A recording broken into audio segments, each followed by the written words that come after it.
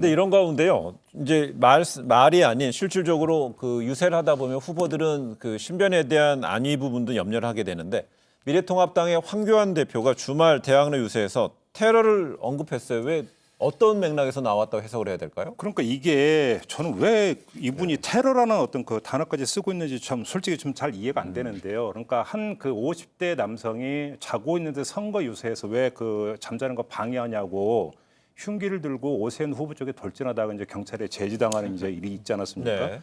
이것들이 일종의 어떤 그 뭐 테러로 규정을 하고 있는 것 같은데, 근데 그걸 왜 문재인 정권하고 연결을 시킵니까? 예를 들어서 그 사람이 문재인 정권이나 그 민주당부터 사주를 받았다는 근거를 요만큼이라도 대면서 제가 그러니까 대면서 이야기를 한다면 이런 말씀 안 드리겠어요.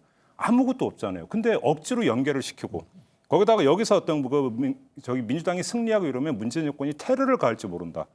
정권이 테러를 가한다라고 하는 이런 어떤 그 주장조차도 이게 논리적으로 말이 되는 이야기인지부터, 그러니까 다시 말해서 선거 유세 과정에서 어느 정도는 과장 화법이 동원이 된다라는 걸 인정을 한다 하더라도 너무 나간 발언이다. 네. 글쎄요, 저는 너무 좀 과한 반응들 아니신가 생각이 됩니다. 저는 뭐 이제 막말은 저는 절대 해서는 안 된다라고 늘 주장해 왔던 사람입니다만은 여기에서 테러는 제가 앞을 읽어보고 뒤를 읽어보고 전체를 읽어봐도 이것은 어떤 그 무력 테러를 이야기하고 있지 않습니다.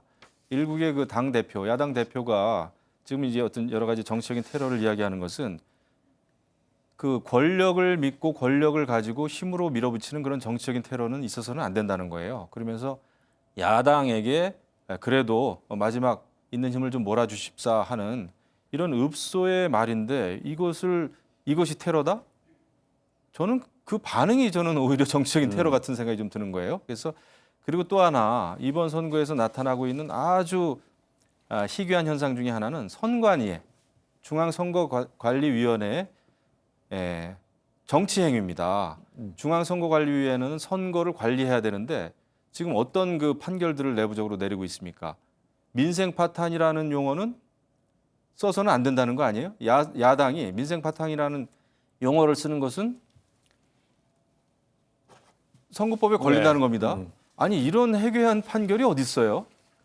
그래서 이번 중앙선관위는 아마 분명히 선거가 끝나면은 선관위에 대한 여러 가지 평가와 분석, 비판이 저는 따르지 않겠나 생각이 됩니다. 그래요. 적폐청산은 또 괜찮다는 거예요? 이게 알겠습니다. 말이 안 되는 거죠. 예.